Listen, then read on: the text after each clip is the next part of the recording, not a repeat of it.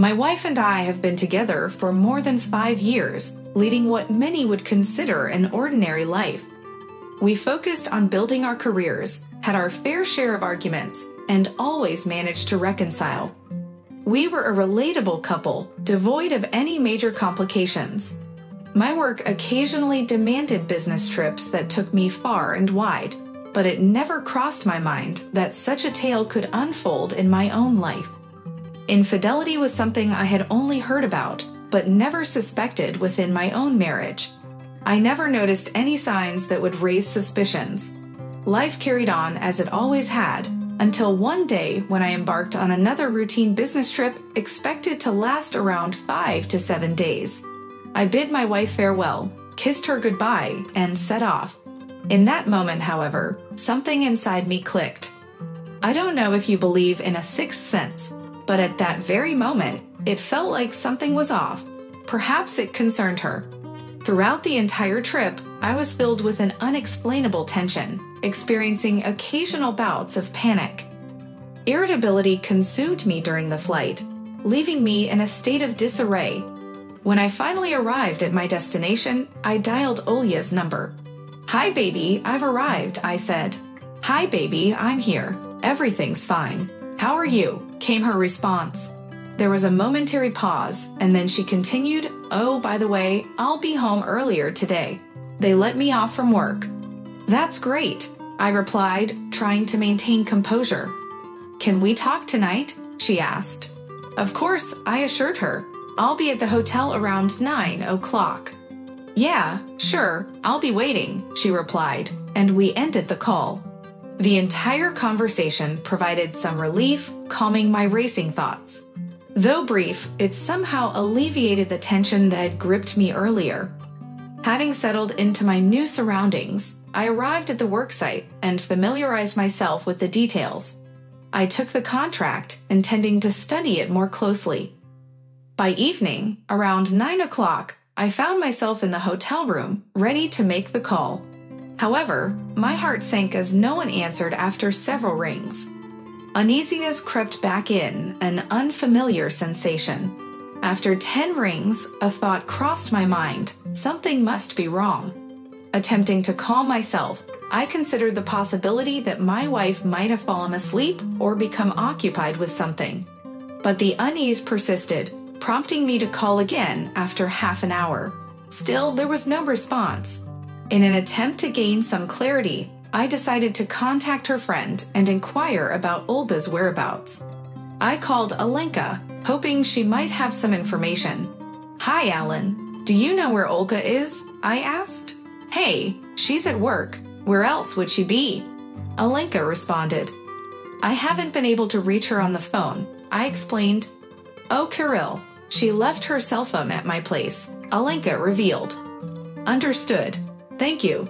Please tell her to call me when she can," I requested. Though momentarily reassured by Alenka's response, the anxiety within me persisted. Then, at noon the next day, I received a text message from Olya. "Zaya, sorry, I fell asleep. My phone was off." Reading the message, something clicked within me once again. An urge to return home surged through me.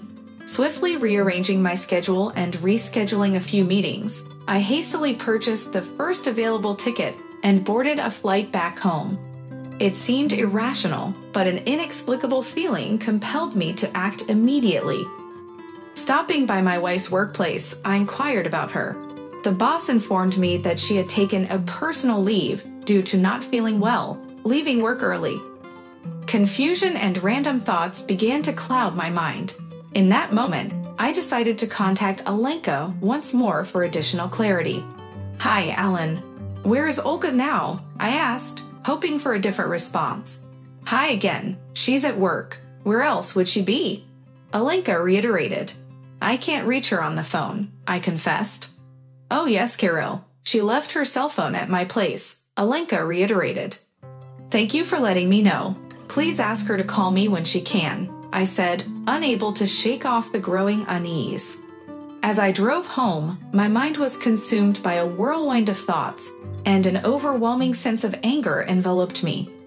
Upon reaching the house, I was greeted by a shocking sight: a man standing on the balcony alongside my wife. My brain seemed to shut down, and a chilling sensation coursed through my body. The details of how I reached the 5th floor and entered the apartment eluded me, as if lost in a haze. There they stood, my wife Olga and the bewildered man in his underwear. I can't begin to express the shock I felt in that moment. But then, the most peculiar sequence of events unfolded.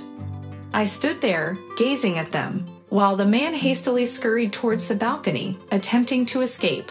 Olga began speaking in a feeble voice, but her words failed to register in my ears. In an instant, the man vanished from sight. Seated in the kitchen, I reached for a bottle, poured myself a glass, and as I took a sip, the fog in my mind started to lift. I wasn't sure how I should have reacted, but I instinctively began gathering Olga's belongings. My state of mind was so disoriented that I couldn't comprehend her words. After nearly collecting all her things, I grabbed a suitcase and placed them outside the door. Throughout this entire ordeal, I remained speechless. Just as Olga prepared to leave the apartment, muttering apologies and excuses, the doorbell rang. I opened it to find police officers standing on the doorstep. They informed me that a man had apparently fallen from our balcony, sustaining injuries to both legs, an arm, and more. Upon hearing this, an uncontrollable fit of laughter overtook me. The bewildered officers observed the suitcases, my tearful wife, and my hysterical laughter, unsure of what to make of the situation. As you might have already deduced, I was taken to the police station. It was there that my senses slowly returned. I discovered that Olga had been unfaithful to me for an entire year, and the man who had leaped from our balcony was her department head. At the station, an alarmingly calm silence descended upon me. There was no pain or hatred, just an eerie stillness and tranquility. The police eventually released me, while Olga attempted to reconcile with me for a couple of weeks. However, a sense of emptiness lingered within me for another 6 months or so. Entrusting my sixth sense in succumbing to a moment of madness, I had lost my wife. I had figuratively thrown her infidelity off the balcony. It's ironic how life can be a strange mix of laughter and sin. Dear friends, thank you for listening to our stories. Subscribe to the channel, put likes, and leave your opinion in the comments. Don't forget to press the bell not to miss new stories, which we try to publish every day. We also remind you that everyone can share unique stories from their life or the lives of friends, which can be sent to us by email, which is specified in the description of the video. Good luck to everyone and be happy.